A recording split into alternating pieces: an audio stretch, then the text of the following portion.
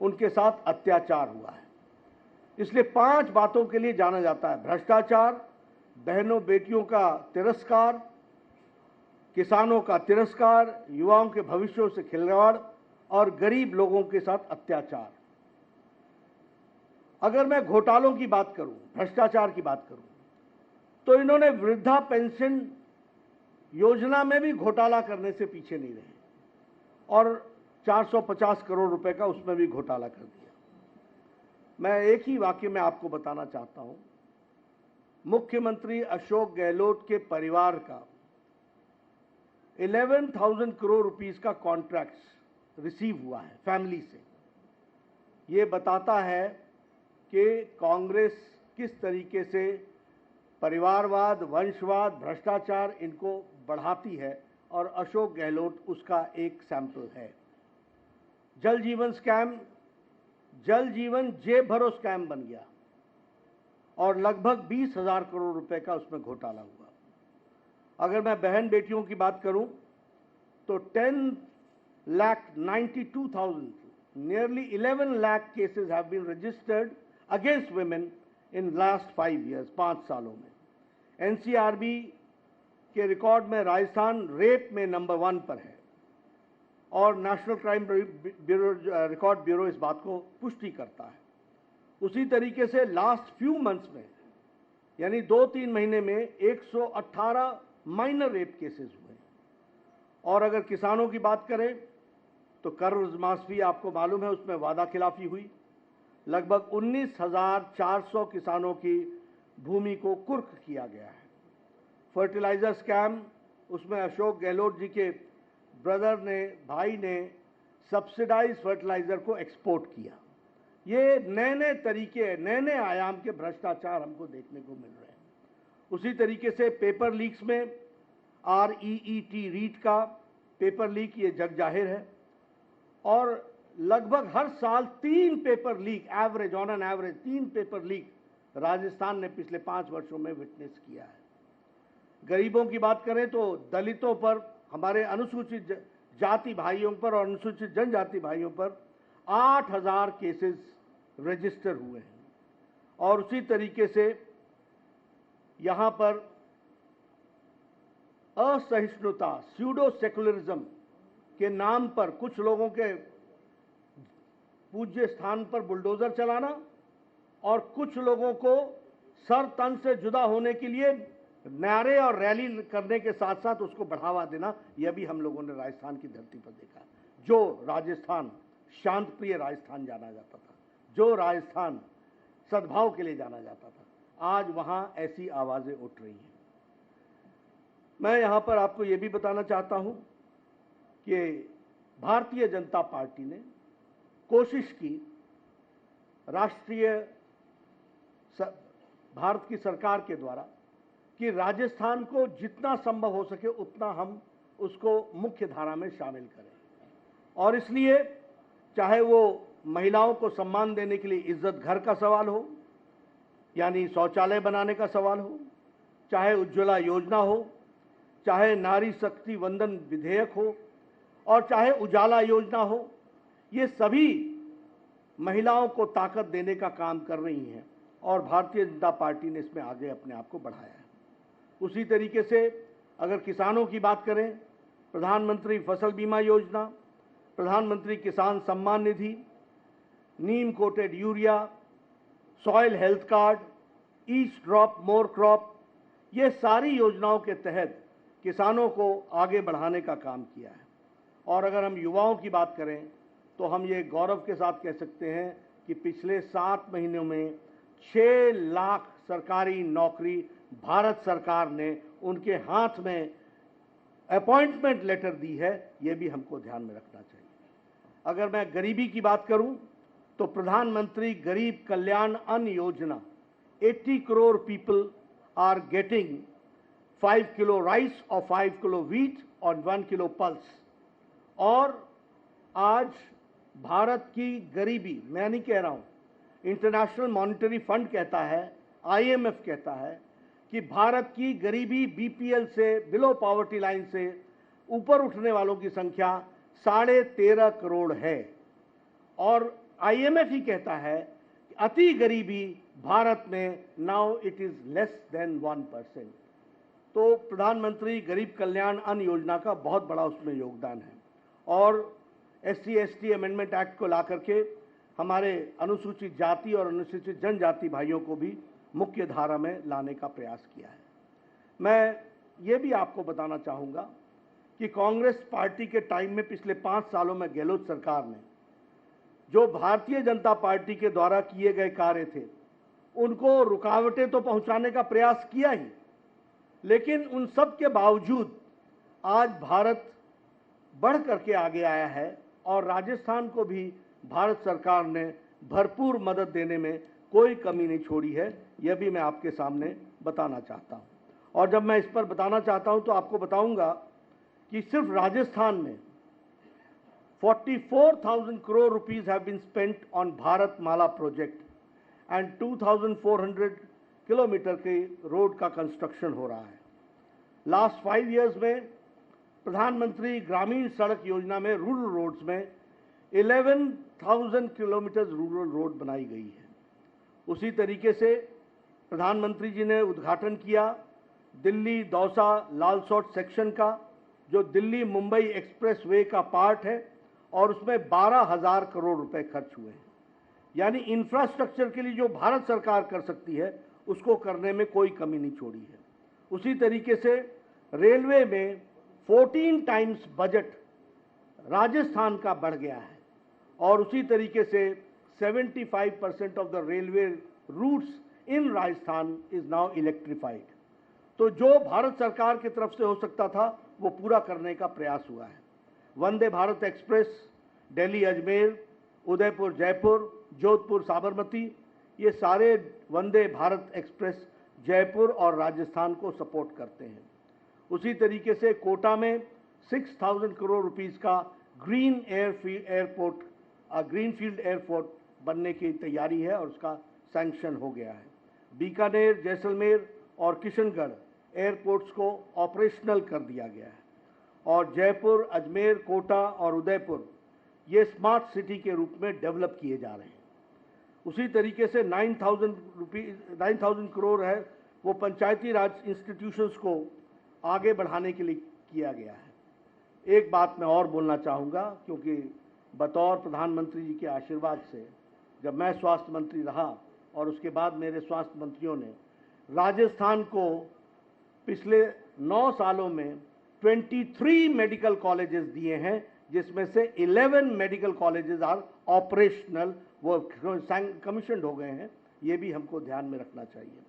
इसी तरीके से हर एक दृष्टि से इंफ्रास्ट्रक्चर में जो भारत सरकार कर सकती थी वह करने का प्रयास हुआ है।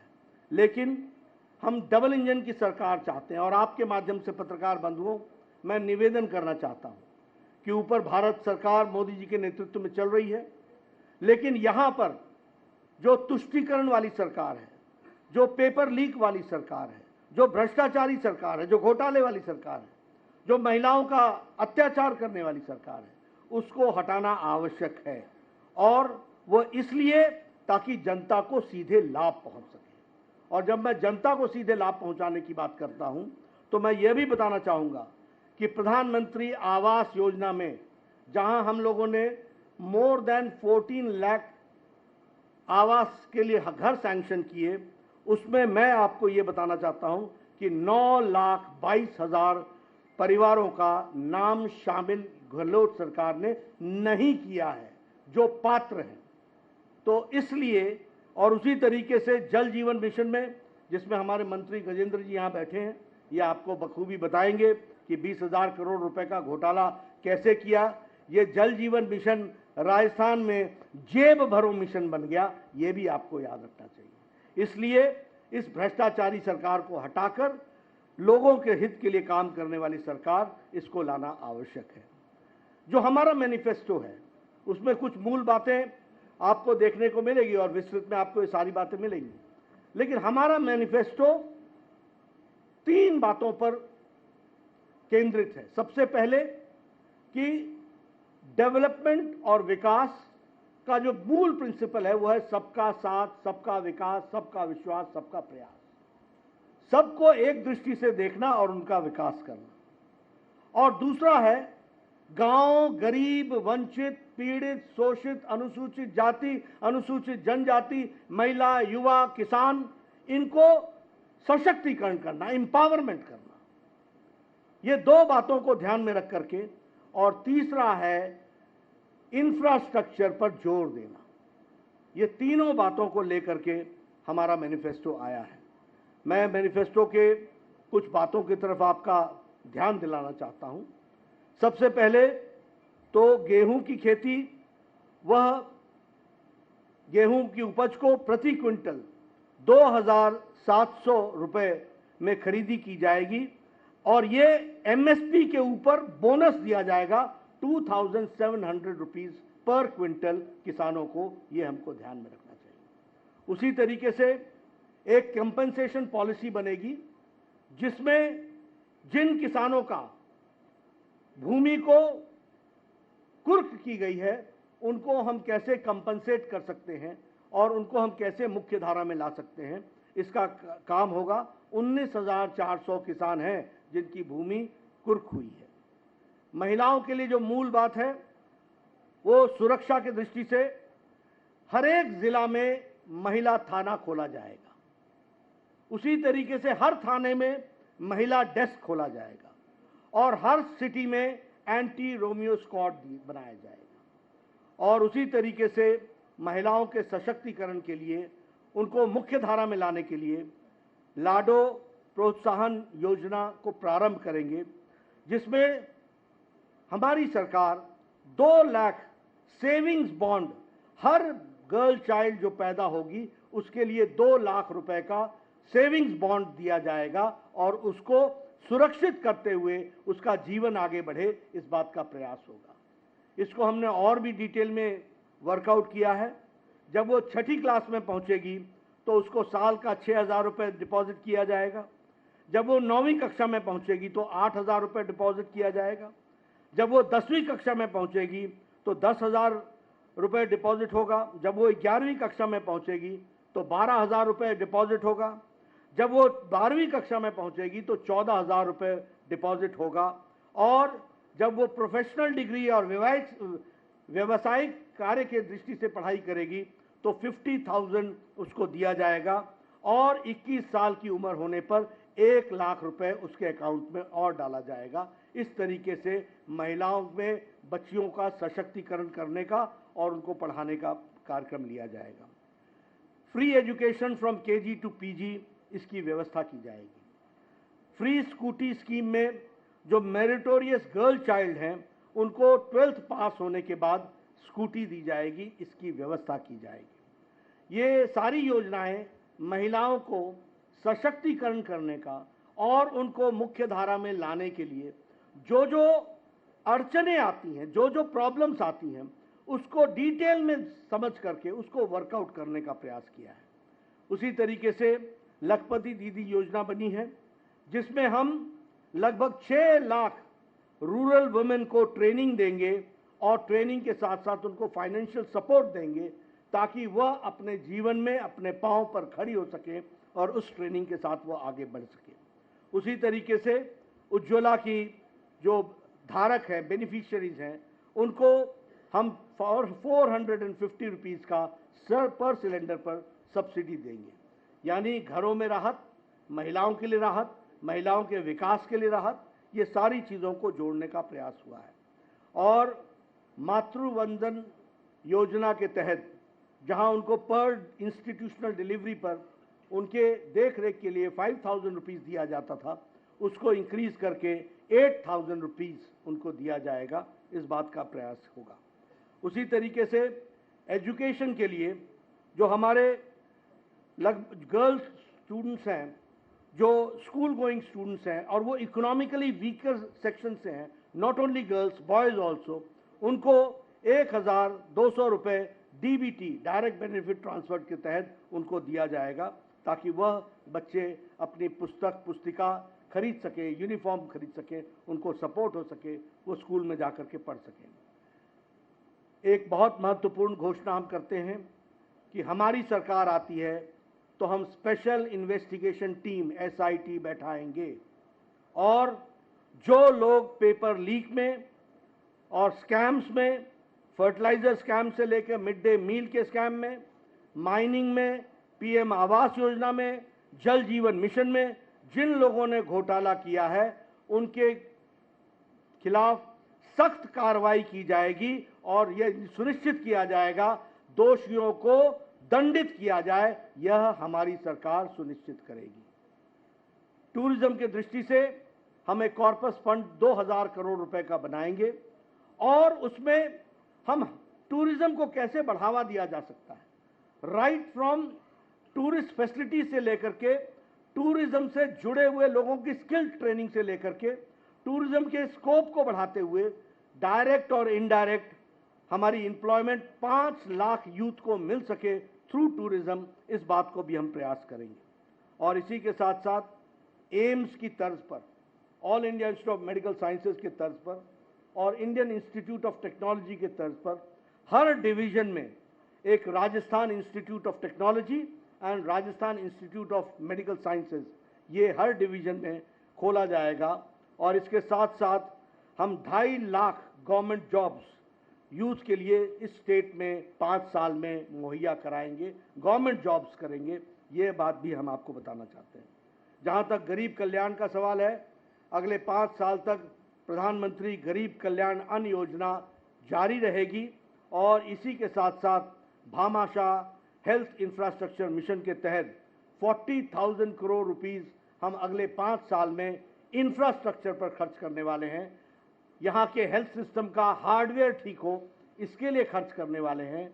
और इसके साथ साथ हम डॉक्टर्स और पैरामेडिक्स को 15,000 डॉक्टर्स की अपॉइंटमेंट और 20,000 पैरामेडिक्स की अपॉइंटमेंट, इसकी भी हम व्यवस्था करेंगे। इसके साथ साथ जैसा टूरिज्म का स्कोप है, इसके लिए कल्चर एंड टूरिज्म को हम बढ़ावा देने के लिए हम रीजनल हेरिटेज सेंटर्स, इसको हम डेवलप करेंगे और इसमें 800 crore rupees will be spent.